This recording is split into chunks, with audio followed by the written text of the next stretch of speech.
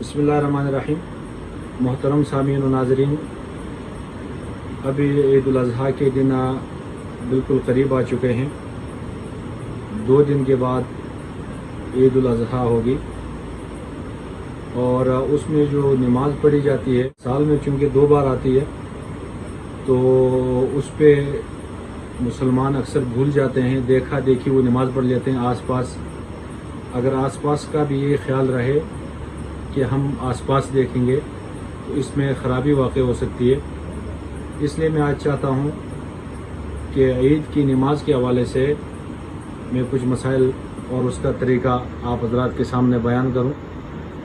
तो ईद की जो नमाज है ये वाजिब है शहर वालों पे, जिन लोगों पे जुमा वाजिब है, इसी तरह ईद की नमाज ये भी वाजिब है।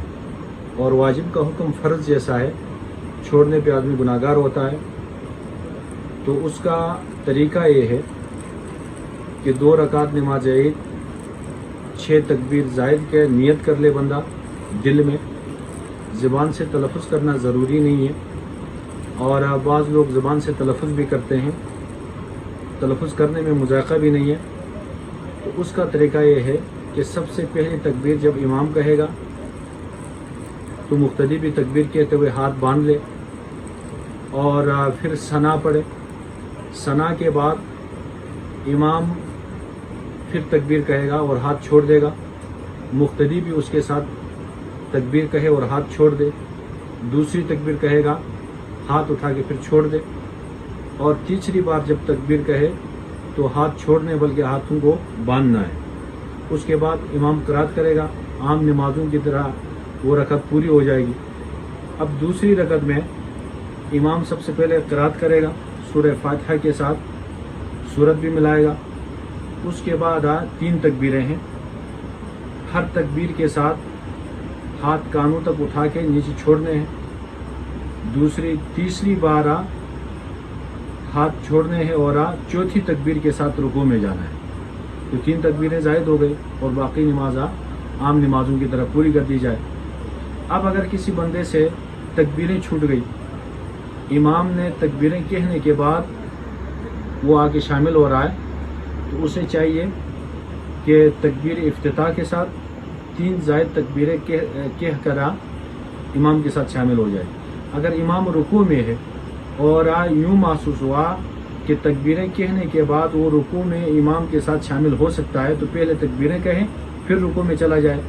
और अगर उसको ये महसूस हुआ कि अगर मैं तकबीरें कहूँगा तो रुकू छूट जाएगा, तो उस सूरत में तकबीर इफ्तिताह कहते हुए रुकू में चला जाए और रुकू में जो तस्बीह पढ़ी जाती हैं उसके बदले वो अपने जो 3 ज़ायद तकबीरें हैं वो तकबीरें अदा करें।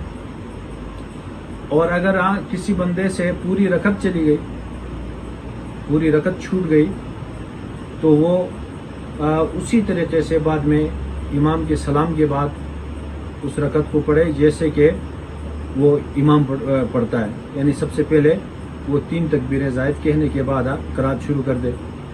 और अगर 2 रकतें छूट गई हैं, कायदे में आके शामिल हुआ है, तो वो भी अपनी नमाज उसी तरीके पे पूरा करेगा जिस तरीके पे इमाम ने नमाज पूरी की है। यानी 3 तकबीरें सना के बाद पहली रकत में, और दूसरी रकत के क़रात के बाद सूरह फातिहा और सूरत मिलाने के बाद रुकू में जाने से पहले वो 3 तकबीरें कहें और चौथी तकबीर में वो रुकू में चला जाए।